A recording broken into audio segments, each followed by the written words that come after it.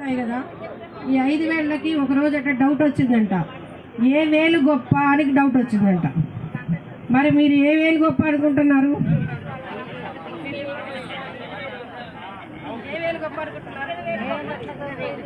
Okay, ఏ వేలు గొప్ప అని అందరికీ డౌట్, అన్నిటికీ డౌట్ వచ్చిందట. అయితే ఫస్ట్ చిటికిన వేలు అందంట, నేను దేవుడికి దండం పెట్టేటప్పుడు ముందు ఉంటాను కాబట్టి నేనే గొప్ప అందంట. తర్వాత 2వ వేలుకి డౌట్ వచ్చింది, లేదు లేదు నన్ను నగలతో అలంకరిస్తారు కాబట్టి నేనే గొప్ప అందంట. లేదు లేదు నేను అందరికంటే పెద్ద కాబట్టి నేనే పెద్ద అని 3వ వేలు అన్నదట.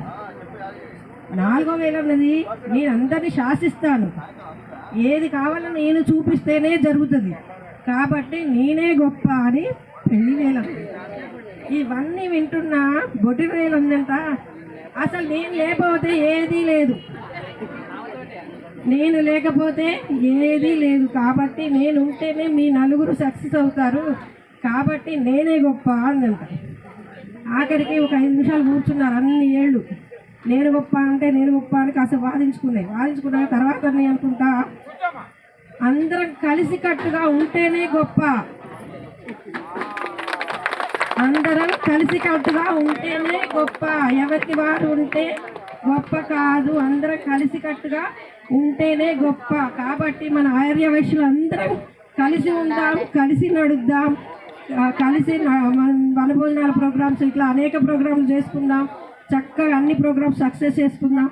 కొన్ని చోట్లకు పోతే మీరు కొమటోళ్ళ అనే పరిస్థితులు కూడా ఉన్నాయి, అలాంటివి కూడా కాకుండా ఉండాలంటే మనం ఇట్లాంటి ప్రోగ్రాంలకు వస్తుంటే మనం కొమట్లం, మనం ఆర్యవైశ్యులం అని అందరికీ తెలుస్తుంది.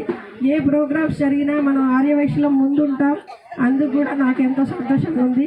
ఇలాంటి కార్యక్రమాలు మరిన్ని జరగాలని కోరుకుంటూ ఈ ఉపన్యాసం అవకాశం ఇచ్చిన అందరికీ నా కృతజ్ఞతలు.